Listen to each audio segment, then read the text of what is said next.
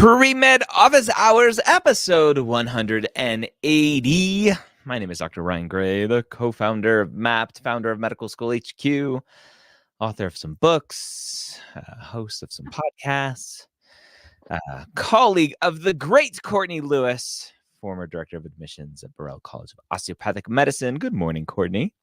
Good morning. I love the enthusiasm in which you start each of these sessions on a weekly basis. Yeah. Yeah, I don't know. I heard some suggestion a long time ago that with video you have to be over animated to come across as kind of neutral. So I was like, if it was just a phone call, I'd be like, hey, what's going on, guys? But for video, hey, anyway. Okay. Yeah. So I can become as great as you. I'll keep that in mind, and I'll start answering like this. Yeah, there we go.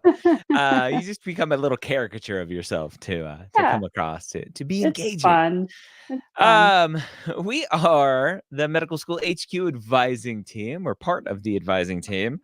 And we help students every day achieve their dream of getting into med school, helping them with essays and interview prep and just general pre-med advising. We do pre-med pathway now, which helps students kind of either supplement the advisor at their school or be an advisor for them in undergrad if they don't have an advisor at their institution. So if you're looking for some one-on-one help, go to medicalschoolhq.net/advising. That's the pre-med pathway link you can check out as well. And yeah, we'll help you. This hour that we're here is free pre-med advising. If you go to premed.tv, that's typically where we take your questions to answer them here on the podcast or live stream or whatever you want to call whatever we're doing here. Courtney, we're ramping up for next application cycle. Yeah. The application cycle for 2025, we typically call it because that's when students are starting med school. So it's the 2025 cycle, which starts in 2024. What should students be doing now? It's January 10th. Application cycles open in May. What should students be doing now? Now is the perfect time to start kind of organizing and collecting all of your data, building a med school list, getting some drafts down of your personal statements, and starting to kind of work on that. Just because it usually takes multiple iterations of your personal statement. It's not a one and done type situation for, I think, just about everybody.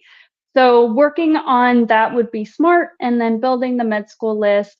That's helpful because if you come across, a top choice school of yours and they're really vocal about having kind of a niche and you don't have any prior experience in kind of serving that niche or anything where you could be a good fit for that school, then you still have a couple of months to kind of fill that gap. So there's lots of things like that you can kind of be working on that I know we cover with our students in academy or on one-on-one, where we're getting a really comprehensive look at what's coming up and how to effectively use these next few months. Love it. Love it. Yeah. So mapped.com is a great resource to use right now. You can go in, put all of your courses in, all of your activities, start to get an idea of everything laid out in front of you. You can start to gather your letters of recommendations right inside of Mapped. That's part of our Mapped Pro, which is our paid level. The majority of Mapped is free. You can go create an account and track your GPA and all that stuff for free forever. But with Mapped Pro, you can chat with our advisors. You can go and say, hey, Mapped team, which is the same as the Medical School HQ team. I put in my grades. I put in my activities. I'm concerned about X, Y, or Z. We can take a look at that. And so go check out Mapped. Again, for letters of recommendations, as part of Mapped Pro, you get access to what we call My LORs, where you can write a request to Professor Smith and Dr. Johnson and say, hey, I would like a letter of recommendation from you. They will say yes or no. They submit directly to My LORs. You can start collecting those letters today, which you can't do if you're uploading directly to the application services. So it's a good way for you to start collecting those so you don't have to stress about them later. And we QA them, so we make sure that it has a letterhead and a signature and a date and the name is correct, all of that good stuff. And then we'll send it to the application services later. The one caveat with My LORs is we can't send it to TMDSAS. So if you're applying to the crazy state of Texas, go use something else. Yeah. I'm not sure how many people understand that all of these application components and all of this prep work that we talk about, you don't have access to the actual application until it opens. So if you don't know what it looks like, what the sections are, how to plug stuff in, what little pieces of data you're going to need, or dates or hours and stuff like that, that's where Mapped comes in and can be very helpful, because it collects and you can log that data. It's the application ahead of the actual application opening. So it will tip you off to some of the information that you're gonna need if you haven't actually been in an active cycle before. There's gonna be a lot of sections that maybe you're not anticipating that you're gonna have to fill out. So yeah, check that out. Yeah, check it out. All right, let's answer some questions. Let's do what we love to do here. Again, go to premed.tv. That's our YouTube channel to ask your questions. First question here from Brandon. Let me zoom my screen in because it is small. My vision is slipping, even though I don't use glasses yet. I can tell my vision's starting to go. Brandon asks, my school has a rule when you retake a class, the new grade counts towards your GPA and the old one does not. Love this question. Will this translate to the science GPA on AMCAS or GPA in general on any of the application services? Courtney, there used to be a different answer in the DO world, and now it's the same answer as all of the other application services. Yeah, so across all of the platforms, no matter what school you're applying to, both grades will count. So it's going to take the old grade and the new grade. Both will be worked into your GPA. There's no replacement. So pretty straightforward. Both count. Both count. Yeah, so simple math, right? You take the average of the two if you want to think about it that way. But ultimately, the easiest way to think about it is what Courtney just said, both count. You put the first grade, you put the second grade. The DO application many years ago at this point did have where you would replace the old grade with the newest grade, even if the newest grade was less than the old grade. It's whatever the newest grade was. The DO application would take that into account. They stopped that many years ago. And so every grade counts no matter what your institution does. Even if that grade is no longer on your transcript, you have to put it on your medical school application. And there are ways for them to know what you've been doing. So just like Santa Claus, he will check that list, making sure you're doing everything appropriately. Cut people doing plenty of stuff. Don't do it. It rules you out forever. Yeah. We can catch you. Don't do it. Don't be like Leonardo. Catch me if you can. Yeah. Cool. Good question, Brandon. Abongwe. Hello. Which med schools do you recommend I apply to as an international student? I'm going to guess Nigerian because Nigerians have the coolest names. I have completed my undergrad in the US. So again, Courtney, this comes up all the time. International students. To me, one of the biggest disadvantages of being an international student is just they're maybe it's a quarter of the schools actually accept international students, and the rest just flat out don't. So in terms of the number of schools that a student can apply to, an international student, it's just far, far, far less. Yeah. The common question is, instead of which med schools, I'm going to change this question here because you just have to go look and see what med schools accept international students or not. There's a good resource I would recommend, f1doctor.com, I believe it is. I don't think it has an S. I think it's just F1 Doctor. Let me double check. f1doctor.com. Yes, f1doctor.com. It's very confusing because the name of the organization is F1 Doctors, but it's f1doctor.com. Go check them out. They probably have a list of international students. I should see if I can steal that from them. f1doctors.com actually works as well. I think I actually own f1doctors.com and I redirect it for them because that's what I do. Go check them out, f1doctors.com, and they'll probably have a list. But Courtney, the bigger question that typically is asked here is, what do I need to do to stand out as an international student? Because there's an automatic assumption that as an international student, I am I need to be better than everyone else. What's your thought process there? I don't know. I mean, maybe I've read some things a little bit differently. I know, at least when I look at like MD, PhD programs, especially for international, they do have higher stat requirements and kind of put additional stipulations. So I'm actually going to put it back to you and see what you've read, because most of the time, you know, with so few schools accepting it, I don't know if there's anything that in addition outside of MD, PhD. Yeah. So I think the biggest thing, I think it's the same, right? It's just be a good student. Obviously, Yeah. MCAT and GPA are important. I wouldn't say they're necessarily more important as an international student. I think the biggest thing is going to be, number one, finances, because a lot of medical schools are going to want to put a lot of your money or your family's money into an escrow account, basically guaranteeing that you have the money to pay for medical school, because you're not eligible for federal loans Federal. in the States as Mhm. an international student. There are opportunities to have kind of co-signing private loans, which you typically don't want to do.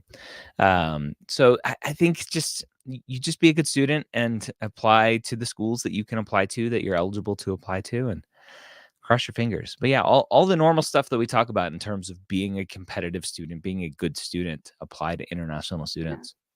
Well, and I will say the thing that's standing out within this prompt, that's really working in your favor, is that you've completed an undergrad within the US. Usually the discussion I heard is when transcripts have to go through a WES evaluation and they don't know the equivalency. I know a lot of faculty would at least want to see your core prereqs taken within the US. And so at least you don't have to go and kind of take additional coursework or anything like that. You already have a degree from a US based accredited institution. So it really does help, actually, when you get up to the AdCom level of discussions, just for them knowing kind of the aptitudes, the grade equivalency, and not having to look through kind of an evaluation done. So Yeah, I think that's really 100%. good.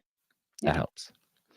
Yeah, it's even the opposite for, or I guess it's the same for U.S. citizens, right? Not an international student, but U.S. citizens who go internationally for undergrad. I'm like, no, Oh, yeah. don't do Don't do that. it. Yeah. Yeah, Yeah. outside of Canada, Canada is considered U.S. equivalent. So, good question. Rania, starting to lose hope as far as getting an interview invite. Any advice? So we do have a specific kind of call coaching session. Mhm. You can use just the general kind of 30-minute or 60-minute call with one of our advisors. We do have an application renovation type session, which is the same. It's just easier for us to understand what you're looking for when you come into it. Mhm. Um, the the biggest question, Rania, is what kind of self-reflection have you done? And this is where I wish we could bring students on. Rania, if you can come on, leave a note that says, yeah, I can join you guys. We can send a link to have people join us. We don't use it on Premed office hours. I've used it when I just do kind of solo live streams, but this is where kind of having that conversation, Courtney, with a student, be like, Mhm. where do you think you struggled? What was this? What was that? Because that's ultimately where you'll find something. I still probably once or twice a week, I'll review an application of a student, just kind of for fun, just out of the goodness of my heart. I'm like, send me your application. I want to take a look. And Mhm. I just reviewed one a couple days ago, and the student had so GPA. The GPA was like 3.46. There was no strong upward trend. It was like 3.6 and then 3.3 and then 3.5 and then 3.4. Something like it wasn't great Yeah. trends. 509 MCAT, which was solid. Not Mhm. oh my gosh, amazing. Not bad. Mhm. But then their main clinical experience started like 2 months before the application cycle opened. Yeah. The other clinical experience they had listed was not clinical experience. Everything they talked about was all admin work. And so it's just like, why? I don't know who you are. Like, why are you here? And then I read their personal statement, and the personal statement started all about volunteering in a foreign country as like an English teacher. I'm like, why are you talking about volunteering in a foreign country? Like, sure, you want to help the underserved. That doesn't mean you want to be a doctor. And so just the whole application didn't scream, number one, didn't give me a lot of confidence in their academic ability to complete medical school. And number two, didn't give me a lot of confidence that they really knew why they wanted to be a doctor. So Rania, that could be your case as well. But happy to chat. I mean, a lot of it comes down to just how you put together your essays. So like they matter so much in, because they're tasked with spending maybe 5 to 10 minutes going through your application, and they're having to make snap judgments and put together a picture. And so narratives matter, and, topics that you select matter. If I'm trying to see if you're passionate about this path and you have a solid foundation upon which we can build, how you present information is crucial. You have to do it in the right way. And so, I mean, but hence Courtney, our services, but exactly. So somebody listening to this go, well, of course you're going to say that. You sell services to help students with writing those but essays. I didn't used to. Yeah, so talk about it. Right, former director of admissions, again, you used to run this whole process. Talk about like what your people were doing with these applications. Yeah, so I mean, I started ground level as an advisor, and then, kind of escalated until I was director, started some pathways, and then got elected by my fellow deans and directors to be chair of the National Council, or vice chair of the National Council. And so a lot of these discussions are very similar, right? We're looking for kind of qualities that we can glean. We're trying to get a sense of, if there's any resilience or maturity or growth that has happened because you've done an experience. With your personal statement, it needs to stay on topic, right? If I can't follow a timeline or how we got from you saying you wanted to be a doctor to the end, it's a mess, or you're talking about these random stories that I have no idea why they are on your why medicine, why physician personal statement. That's a real problem, because I've seen that people try to start out with some kind of grabby story that's not related to medicine, but they want to highlight a certain quality about themselves or something like that. That's terrible advice. Like, why would you do that? That has nothing to do with why medicine. I want to be able to move through that. And so, we get a fairly comprehensive look based on the data that you give us, but, if we can't also have a narrative that kind of matches that, we want to get to know you and we feel like you have a solid foundation, what's the point? Like, we have 6,000 other candidates who are, could be showing that they are more passionate than you, not by volume or quantity of hours worked, but in how they're relaying their passion for wanting to pursue this path and how they've tried their best to prepare very methodically. And so I don't know, there's, with such high volume, you can be nitpicky, and you want people who really want this. It's a very arduous path that you're about to stick people in. You don't want people who are just gonna say, ooh, this is not what I thought it was gonna be, and either remove themselves from the program. You're down a seat, you're, what's that called? Attrition rate is, percentage is going up, the student's in debt, no one wins. So, hence asking you to do certain experiences, get a knowledge of what it looks like to provide patient care, what a day-to-day in a physician's life could look like, stuff like to kind of mitigate that. But yeah, outside of academics, there is still a lot that goes on. And timing. Timing is another big element. It's not to be taken lightly. So yeah. Yeah. There's a lot. I don't there's a lot. Timing is a big one. I'm trying to create a coupon code here on the fly. The system that we use. I wish it like said, hey, you can use this coupon code for everything, but you have to go and select individual things.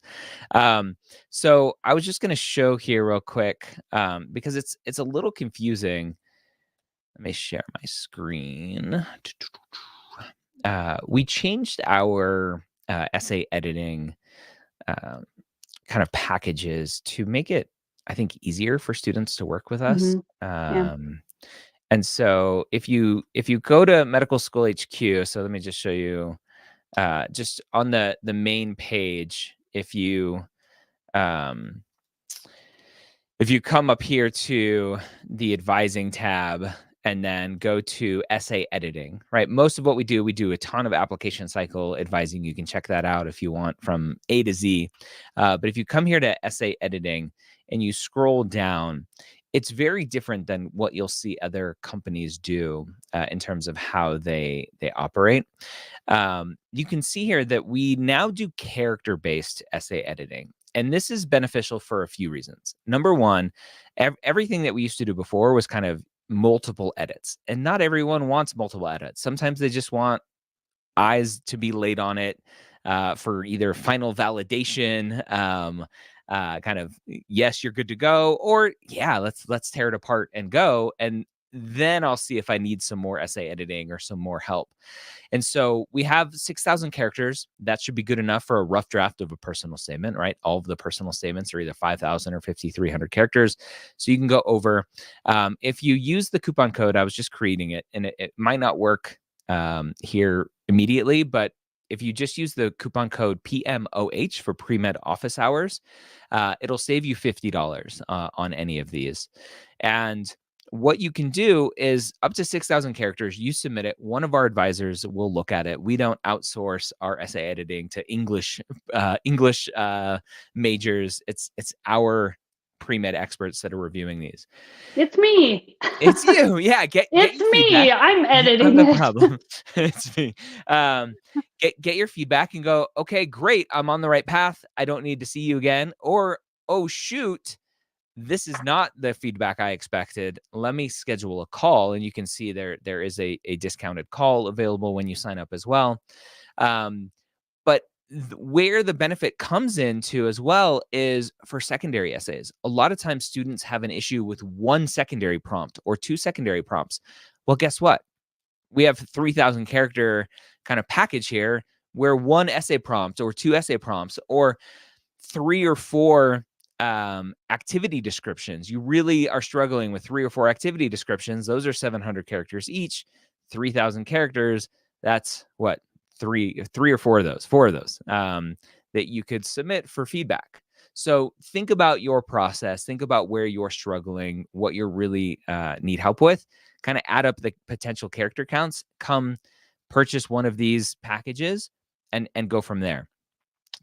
If you're a little bit over, you'll get an email that says, hey, purchase a little bit more or just re-edit and resubmit. So go check those out. It's something new we did this year. It's worked well for our sister company, the PA platform, that they've done the character count based editing for a long time. So we're trying it this year. Seems to be working well. I feel like it's a deal. It if I do say so myself. Yeah. Because I mean, you know, as somebody who's read literally over 50,000 applications in my career, you know, there's some things once, you know, we see drafts or, you know, things that people submitted, you know, that we can identify fairly quickly. Or you could do a 60-minute where you show us your application, you show us your secondary, we go through it and we talk through it, see if there's anything that we can identify as to why you may have been getting the response that you're getting, what did your timeline look like? What do your secondaries look like? What did the other essays look like? When you did get responses, when were they coming? Because, for me as a prior director, I know the sequencing, even if there's automations. And so that can kind of tip the hand as to what was going on and why you may have heard about it at a certain time. So generally, there's some things that we can figure out and help you avoid them in the future. Yep. I love doing that stuff. I love Awesome. investigating that stuff. Oh my gosh. Trying to figure out what happened. I love it. Love it. All right. So that's created that coupon code PMOH for all of the essays. I'll create it as well for kind of single sessions. If you want a single session with an advisor, same coupon code, same discount, $50 off. And as far as any advice, you just kind of have to wait it out. I know that is super frustrating and can feel really disheartening.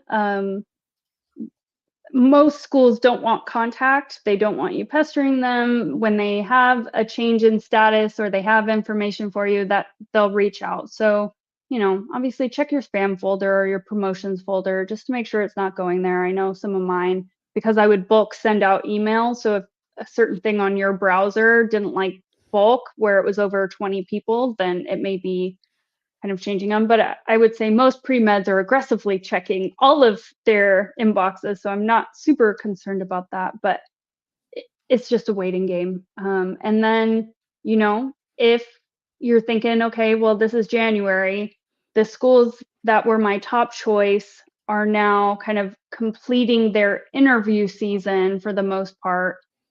You'll have to think about reapplication, as much as that is probably very frustrating to think about.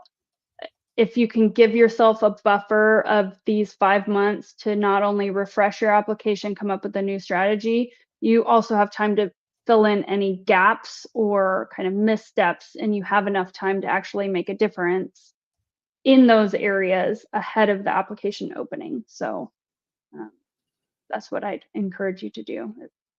Wait it out and then try to be really thoughtful about if you have to reapply.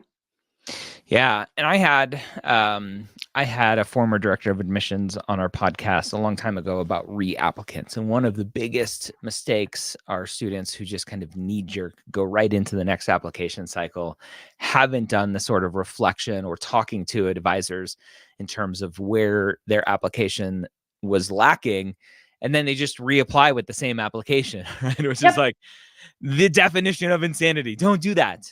Take a break and fix whatever you need to fix. Good luck, Rania. Come hang out with us. Come work with us, and we'll get you going. Yeah.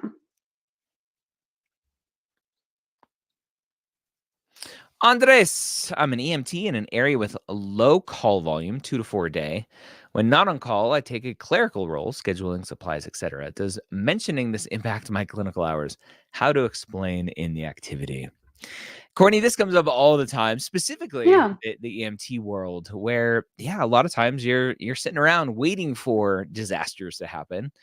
And students are always wondering, should I count the whole time as clinical? Should I divide up? What should a student do in this situation? Honestly, my knee-jerk reaction is to say, well, you're on duty, you're on call working a shift, so I would say that it counts. If anything, you can try to parse out, clinical hours, but that seems, I don't know, Ryan. I would say if you're on call and this is your job, and I mean, you can't make somebody call for an emergency service and you have to be available during that time. I would say the hours are there.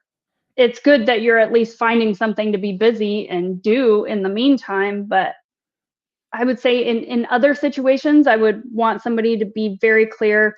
Like if they were an MA, the time that they were actually seeing patients or shadowing a doctor or whatever versus when they were answering phone calls. So maybe some of that, but for on-call type jobs, I feel like it's not at your discretion when the hours are going to be utilized. Yeah. Yeah, it's interesting. 99% of the time, I would say it's a clinical job. And Yeah. even physicians, a lot of what they're doing is clerical stuff, dealing with insurance companies Right. and writing notes and doing all this other stuff. And so there's some expectations like, no, like you don't have to spend every waking moment interacting with a patient for it to be counted as clinical. Now, Yeah. where I pause a little bit with Andres's question here is the fact that he specifically mentions low call volume and only 2 to 4 a day. Now, I would love to know. So let's assume it's an 8-hour shift, 2 to 4 calls a day. Let's go on the high mark there. So 4 calls a day. Is that 4 hours? Is that 2.5 hours? Like, what does 4 calls a day actually equate to in time?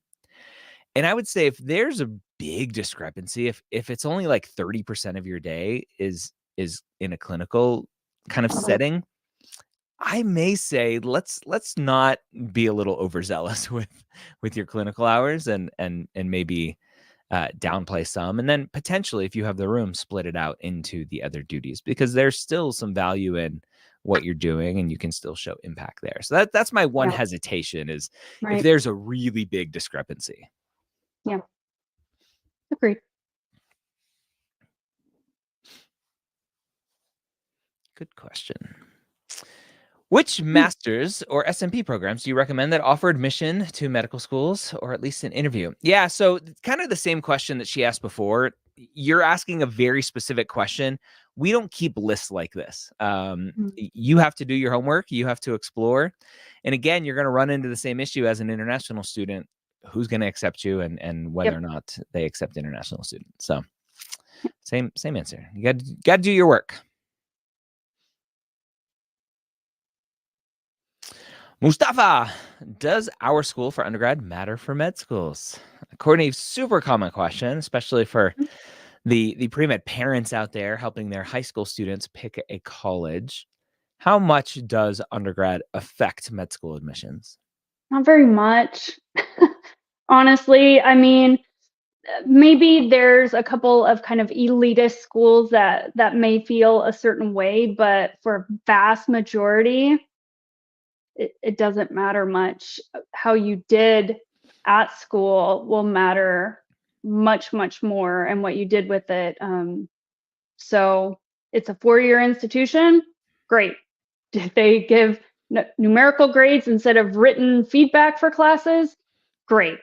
I've seen some weird ones in my day. I don't even know how to evaluate a written non-grade transcript, right? It was so weird. We So do maybe not try to limit avoid students. those. Yeah, that was a tough one. That was challenging.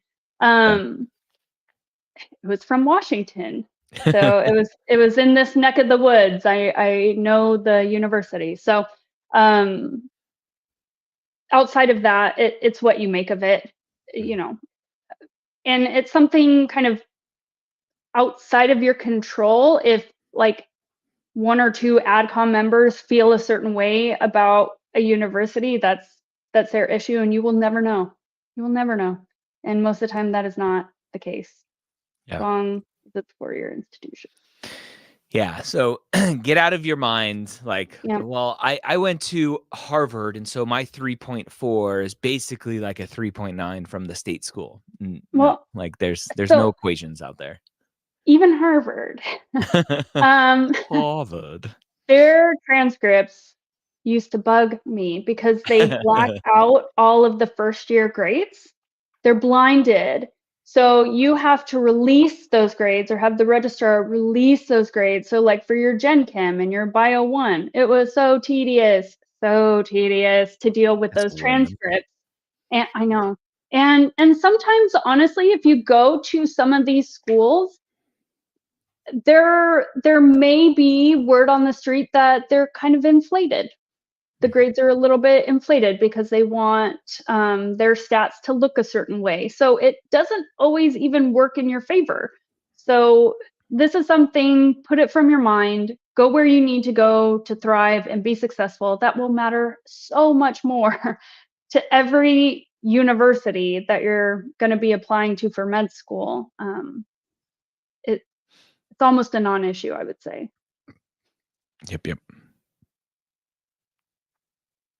if there's no experiences you can get around that school, maybe think about that. What do you want to be doing with your time, and are there opportunities to do that at your undergrad? If not, go somewhere else. Go somewhere else. Check it out. Andres again. I took biochem, pass-fail in the fall of 2021 because I got COVID and bombed a test. Is it worth retaking it for a grade this fall as part of my do-it-yourself postbac, or should I just explain my situation in the app? So Courtney, this is pretty straightforward for me. I answered a question recently, very similar question, not pass-fail, but online versus in person. The med school is just going to have their policy, what time period they're accepting pass-fail for prereqs in. And this may or may not work depending on the schools. Should Andres here go and start looking at school lists and building a school list and going, will they accept my pass-fail? Will they not accept my pass-fail? Because it's not a matter of let me argue my case if a school has a policy that they're not going to accept pass-fail outside of the kind of spring 2020, fall 2020 time period. Mm-hmm. Yeah. Well, and with this one, biochem is sometimes, or I would say, I don't know, often not a required, but strongly recommended prerequisite course. So in those cases, since it's not required, then no, technically you wouldn't have to retake it because it's not qualifying you for eligibility for admission. It's just an additional helpful course that you have. So is it ideal to have a pass-fail? Not necessarily, but as long as it's not for a required course, kind of neither here nor there. If you have the bandwidth to do it, why not? If you feel like it would be helpful for your science foundation and just your content knowledge in general. Or if you do look at med schools and some of your top choice schools say that biochem is required, then yes, you do have to retake it for a grade. I would say the 2021 is pushing towards the end of when provisions would be in place, and it will be better, especially if you're already kind of in a do-it-yourself postbac, to just take it and not try to fight that battle or get into this gray area. So those are kind of the points that you need to look at. It's not a super straightforward answer. If it's required, I would say retake it. You know. So I have here the PDF version of the MSAR, which a lot of people don't know about. It's free to check out. So I'm just kind of scrolling through. So you can see here, Charles Drew University of Medicine and Science, they have biochemistry required. This red X for pass-fail. So they will not accept pass-fail. Yeah. When you come up here to CUSM, they have biochemistry recommended. They have pass-fail as a green check mark, but in the additional info, you can see here that they are saying these are the time periods where we will accept online labs and pass-fail. So again, it's going to be very case by case, and it's not going to be, again, one of those things where you can just offer an explanation and hope the med schools will accept that offer. If they accept it, they accept it. If they don't, they won't. So you just have to kind of do your homework. Yeah, I was always kind of surprised how we would be kind enough to send them an email and say, hey, we need this, and then fight me on it. Who are you fighting? Yeah. I've got thousands of other candidates. Like, just give me what's published that I need. I have to hold you accountable just like every other student. If it's published, I'm going to hold you accountable. And so talk about that, because I think that's the big hang up for students is number one, everyone thinks they're special, right? But the issue is, but can't you understand ... right? And you as a human being can go, sure, I understand. Yep. But but I have these published policies. If I don't treat every student the same, I'm opening myself up to a lawsuit. That's ultimately what you're protecting yourself against. Right. Exactly. Yeah. I would always tell my staff when, they were going back and forth with somebody, I never ever wanted to put our jobs in jeopardy because we were making some type of leeway that we shouldn't have been making for a person who was trying to skirt the system.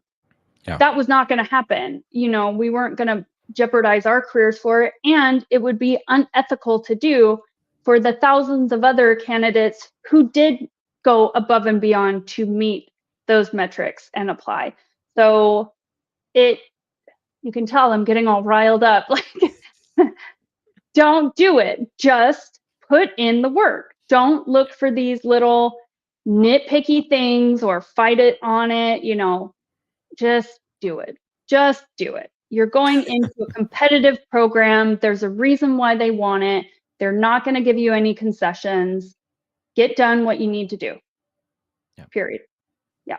And that's not saying, Andreas, that you're not doing that. You're asking a question. I'm getting riled up, but I just it brings back old wounds where it was just so frustrating to have these discussions. Like, who do you think you are? No. And people should be thankful that there are clear delineated lines so everybody is viewed the same. And somebody can't just call and be like, well, but you know, what about this? Or, you know, I had this situation. Okay, well then you can do it. No, everybody needs to have the same standards to measure. Yep. So look at the MSAR, look at Choose DO if you need to. But more than likely, it probably will be a strongly recommended course. But there's some.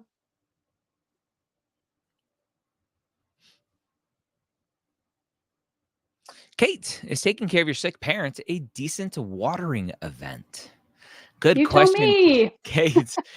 Yeah, so I'll talk about right, this fake made up world that we created in terms of seed and watering event, and in terms of how to explain in your personal statement and potentially your interviews why you want to be a doctor. My standpoint, my kind of general rule is that watering events ideally are not personal stories for yourself or for loved ones, because at the end of the day, the goal is to show that you understand, that you like taking care of someone who is in a hospital, in a clinic setting, in this environment where they need healthcare from someone, and you're taking care of them, and you are showing that you enjoy it. And my general stance is that taking care of a loved one is just different enough that I'm gonna question your goals here. That's not to say that you can't do it. I just always have a little bit of a hesitation around it. So that's my stance. Courtney, seems like you have a potentially different point of view. What is your thought? Not really. I think I align with you. My thought is I would pose that question right back to you and say, is it? Like, why do you want to tell me that story? Why should it be included on your why medicine? If you can justify it and you have some good reasoning as to how it fits on this journey to medicine and it's important for me to know, sure, I have no problem with that. But if even you're not super sure about it or feeling compelled by it, or it doesn't really serve a purpose in helping me understand how you have come to know that the path towards physician is the one that you want to pursue, then it's just a story. It's just a story. It could be a good story, but I want to know why you're telling me the story. That's what's important. So that's what I would pose back to you. Yep. Kind of determine if it needs to be there or it can be there, whether it's decent or not. That's how you write it. But for a topic, what purpose is it serving? Yep. I like that we're kind of at the head of another cycle and we're starting to get these questions, right? It's interesting how it all very cyclical. And everything Just starts another rotation coming around back. the sun. We start having these same questions. It's fun though. I like it. Yep. Sticks. Speaking of sun, Sticks Sun 98. What did the best personal statement you've read look like? Also, what is the typical takeaway you have from a quote good personal statement? I love this question. Courtney, can you remember the best personal statement you've ever read? No. No, they all blend together. I mean, I definitely have like a sensory memory of, yes, there were some really powerful ones that were particularly moving, but I think it was in the context of that, the rest of their application, their secondary, and you just feel really strongly about what this person is telling you. So I don't know if there's a particular topic or specific thing that they wrote that I can identify exactly. And again, I've read my fair share, tens of thousands of these things. So, but there are some strategies I would say in place to kind of help the reader get to know you that we kind of talk about, and will be helpful in somebody who's kind of moving through it quickly. And not everything has to be this pivotal moment or an emergency, or I grew up with a terrible childhood or anything. And I don't want to say that lightly, but some of them that I read were not those things, and they were still very strong. So a good personal statement, I would say, I like a clear entry point. Where are we starting this journey? What do I need to know? Kind of a kickoff point. And then from there, how did you grow that, right? What steps did you take? What action items, what experiences can you kind of highlight that will help me understand how you learned, how you grew, how you've come to determine that this is your path? Because at the end of those experiences, ahead of your conclusion, I'd like to already have a sense that you have a pretty solid understanding of what pursuing medicine and becoming a physician is, and I get a sense that you actually want to do it. And then the conclusion is just kind of a wrap up where it just says, aspirationally, now that I know this is my path, here's what I hope to accomplish and do. So that to me makes a good personal statement. If I'm getting into it and I'm like 3 paragraphs down, I'm like, okay, where are we? What's going on? I don't have a Yeah. sense that this person's really gotten to know what a physician does at all, or what it means to provide Yeah. patient care, then that's a problem. So yeah, that would be a good personal statement, is just, in those 3 or 4 kind of paragraphs that they give you, a really clear understanding, entry point, how it's grown, what you explored, why it meant something, what impact it had, and then conclusion is just kind of tacked on. I would say that's a good Yeah. personal statement for me. 100% agree. I think students often think, well, I read Dr. Gray's book on writing a personal statement, the Premed Playbook Guide to the Medical School Personal Statement, and all the essays look the same. I'm like, there's a reason why they look the same, right? Yeah, the personal statement has to do its job, and I think at least our philosophy is that the job is to help the reader understand why you want to be a physician, this kind of growth that you've been on to That's the experience whole this goal. world. That's the goal. And so That's the all I essays are need. going to look very similar. And so students will often see that and go, ooh, I'm going to do something different. I'm going to write a letter to my younger self. I'm like, don't be different. This is not the time for your creative writing juices to start flowing. Yeah, no. I will tell you the weirdest one I ever read, because that That is fixed in your head. burned. That is burned into my brain. It was so inappropriate. This kid wrote, it started out by quoting an Eminem song. You only The got one chance. Yes, the Mom Spaghetti one, and it had the lyrics to it. And then it said, the lights dimmed and I walked out on stage. This was the moment I had been waiting for my entire life, because I was opening for Juicy J. And I was like, what am I reading right now? What am I reading? for those who don't know, Juicy J is like an old rapper. And I will never forget that. It was the weirdest personal statement entry I have ever read, ever.